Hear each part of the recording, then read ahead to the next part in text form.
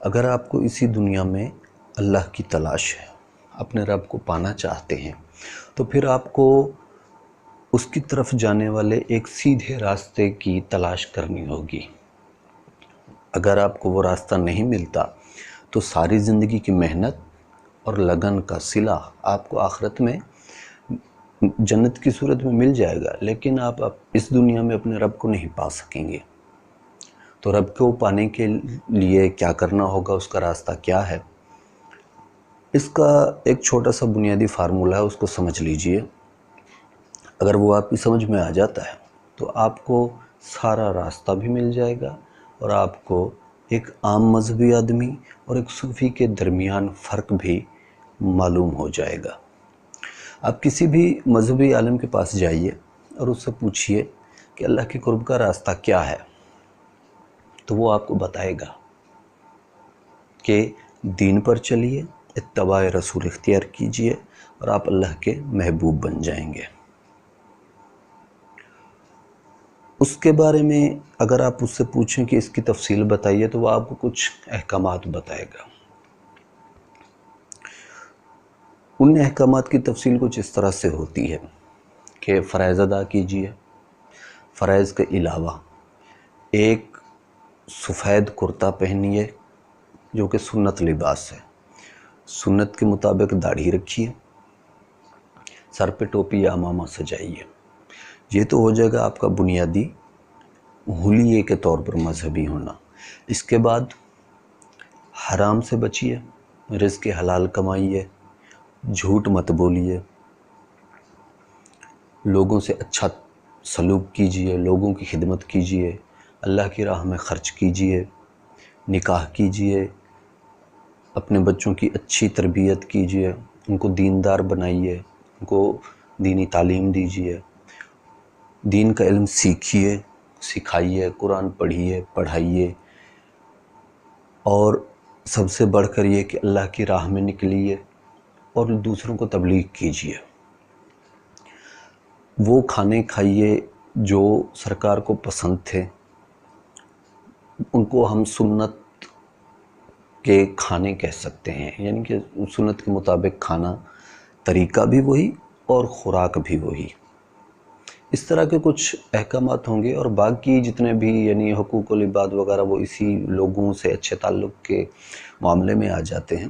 تو باقی جتنی بھی وہ آپ کو تفصیل بتائیں گے وہ انہی چیزوں کی تفصیل ہوگی، انہی معاملات سے ملتی جلتی ہوتی ہے۔ لیکن ہم دیکھتے ہیں کہ ماضی میں جتنے لوگ جن کو ہم صوفیاء کرام کہتے ہیں، انہوں نے جب بھی اللہ کی تلاش کی کوشش کی تو ان میں سے بیشتر لوگ دنیا داری کو چھوڑ کر جنگلوں میں چلے گئے۔ 12 سال تک انہوں نے جنگل میں گزارے۔ تو اب ایک سوچنے کی بات یہ ہے کہ ایک اکیلا بندہ جو جنگل میں بیٹھا ہے، غور کیجئے کہ وہ دین کے کتنے احکامات پر عمل کرتا ہوگا۔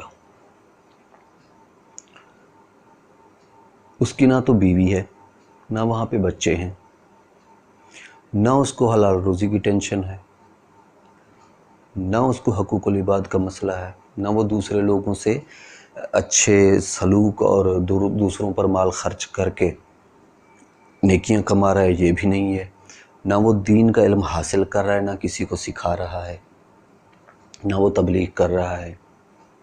تو پھر اس کے پاس بچتا کیا ہے؟ غور طلب بات ہے نا کہ یہ سارے معاملات تو اس کی زندگی میں ہیں ہی نہیں۔ وہ تو جنگلی پھل اور پتے وغیرہ کھا کے گزارا کر رہا ہے۔ تو باقی دین کے احکامات میں سے اس کے پاس کون سے احکامات رہ جاتے ہیں جن پر عمل کر کے وہ اللہ کا ولی بنا؟ ایک مذہبی آدمی تو آپ کو بہت بڑی لسٹ دے دیتا ہے، لیکن اس بندے نے جو جنگل میں اکیلا بیٹھا ہو، اس نے تو وہ سارے اعمال نہیں کیے۔ تو پھر باقی کون سے اعمال بچتے ہیں؟ اگر آپ کہیں کہ صرف نماز اور روزہ ہی بچ جاتا ہے اس کے پاس، تو وہ تو اسی دنیا میں دنیا داری میں رہتے ہوئے مسجدوں میں بھی کیا جا سکتا ہے، گھر میں بھی کیا جا سکتا ہے۔ اس کے لیے انہیں جنگلوں میں جانے کی ضرورت کیوں پڑی؟ اس تصور کو ذہن میں رکھیے اور پورے دین کے احکامات کا جائزہ لیجئے۔ کہ ایک اکیلا بندہ جنگل میں بیٹھا ہوا ہے، اس کے ساتھ کوئی دوسرا نہیں ہے، اسے کمانے کی بھی کوئی فکر نہیں ہے کہ وہ حلال کما رہا ہے یا حرام کما رہا ہے، ٹھیک ہے، دوسروں پر خرچ کرنے کا مسئلہ نہیں ہے، حقوق العباد کا مسئلہ نہیں ہے، دین سیکھنے سکھانے کا وہاں مسئلہ نہیں ہے، تبلیغ وغیرہ مسئلہ نہیں ہے، تو پھر بچتا کیا ہے اس کے پاس؟ وہاں نہ وہ زکوٰۃ دے سکتا ہے نہ لے سکتا ہے، اس کے پاس وہاں پہ ایسے وسائل نہیں ہیں کہ وہ حج کے لیے جا سکے، تو صرف نماز اور روزہ ہی فرائض میں سے اس پر لازمی بچ جاتے ہیں۔ اس کے علاوہ دین کے کون سے احکامات ہیں جن پر وہ عمل کر کے اللہ کا مقرب اور ولی بنا؟ غور کیجئے اور تلاش کیجئے اس کا جواب۔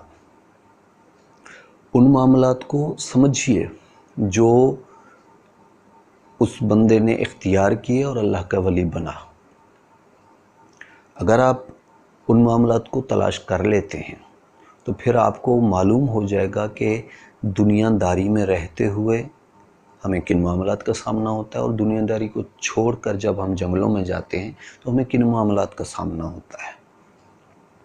اب دیکھیے، کچھ لوگوں نے وہ سارے معاملات دنیا داری کے اختیار کیے اور یہاں رہتے ہوئے ولی بنے، اور کچھ لوگوں نے ان سب معاملات کو چھوڑا اور جنگل میں جا کے ولی بنے۔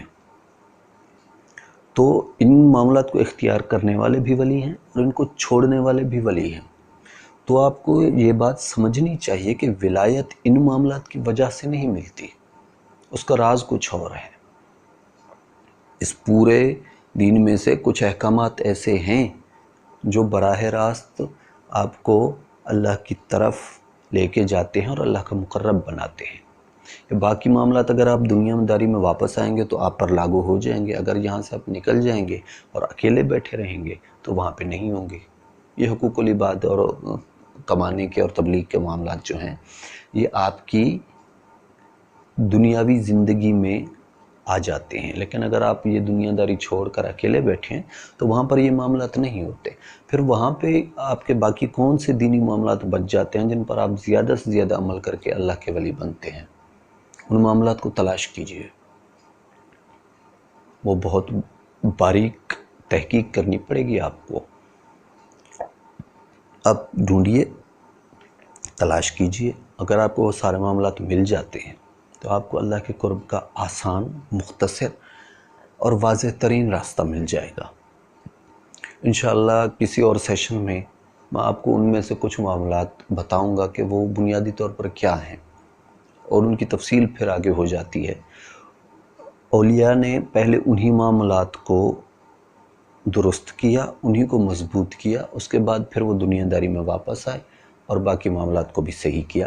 تو وہ ان بنیادی معاملات کو پہلے پکڑیے جو ایک اکیلے بندے کے اللہ کے ساتھ ہوتے ہیں، اس بندے کے جو جنگل میں بیٹھا ہوا ہے۔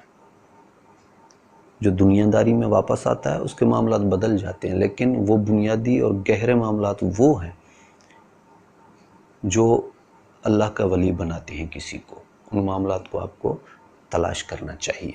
یہی قرب کا اور اللہ کو پانے کا راستہ ہے۔ اس میں بہت سے باریک راز ہیں جو آپ کو ایک ایک کر کے بعد میں بتاؤں گا، لیکن یہاں پہ آپ خود تلاش کیجئے، کیونکہ اگر میں نے سب کچھ بتا دیا تو پھر بات تقلید پر چلی جائے گی، آپ کی تحقیق کا مادہ مر جائے گا، جو کہ اللہ کے قرب کا سب سے ایک بنیادی نقطہ ہے کہ آپ نے خود تلاش کرنا ہوتا ہے۔